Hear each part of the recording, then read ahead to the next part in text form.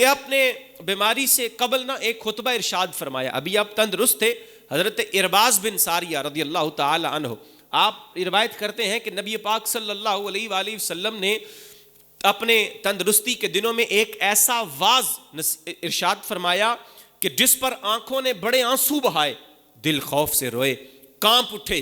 عرض کی یا رسول اللہ, یہ تو ایسی نصیحت ہے جیسے رخصت کے وقت کی جاتی ہے, تو آپ وصیت فرمائیے, کیا فرماتے ہیں؟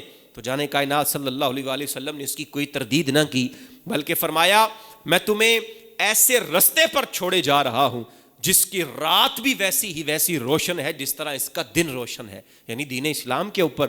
اور تم میں سے جو جئیں گے وہ ان قریب بڑے اختلافات دیکھیں گے, اور تمہارے اوپر میری سنت اور میرے ہدایت یافتہ خلفائے راشدین کی سنت مضبوطی سے پکڑ لینا لازمی ہے, اور سمع اور اطاعت کرتے رہنا, اگرچہ ایک حبشی غلام ہی تمہارے اوپر کیوں نہ حاکم بنا دیا جائے, اس کو مضبوطی سے, دانتوں سے مضبوطی کے ساتھ پکڑ لینا, کیونکہ مومن نرم ناک والے اونٹ کی طرح ہیں, انہیں جدھر چلایا جاتا ہے اسی طرف چل پڑتے ہیں.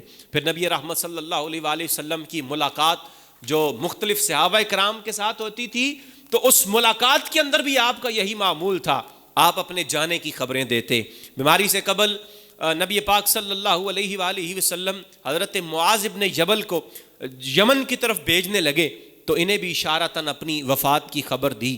فرمایا معاذ کی مشایعت میں نکلے, اور وہ گھوڑے پر سوار تھے, اور نبی رحمت صلی اللہ علیہ وآلہ وسلم آپ ان کی سواری کے ساتھ پیدل چل رہے تھے. آپ انہیں رخصت کرتے ہوئے فرمایا معاذ میں تمہیں ایسے لوگوں کی طرف بھیج رہا ہوں جن کے دل نرم ہیں, حق پر سرفروشی کے لیے یہ کمر بستہ ہے, لہٰذا جو ان میں تمہاری اطاعت کریں انہیں لے کر ان نافرمانوں کے ساتھ لڑنا. اسلام اس قدر تیزی کے ساتھ پھیلے گا کہ اسلام میں داخل ہونے کے لیے عورت اپنے شوہر پر پیش قدمی کرے گی, باپ اپنے بیٹے سے نکلنا چاہے گا, بھائی بھائی پر سبقت لے جانا چاہے گا.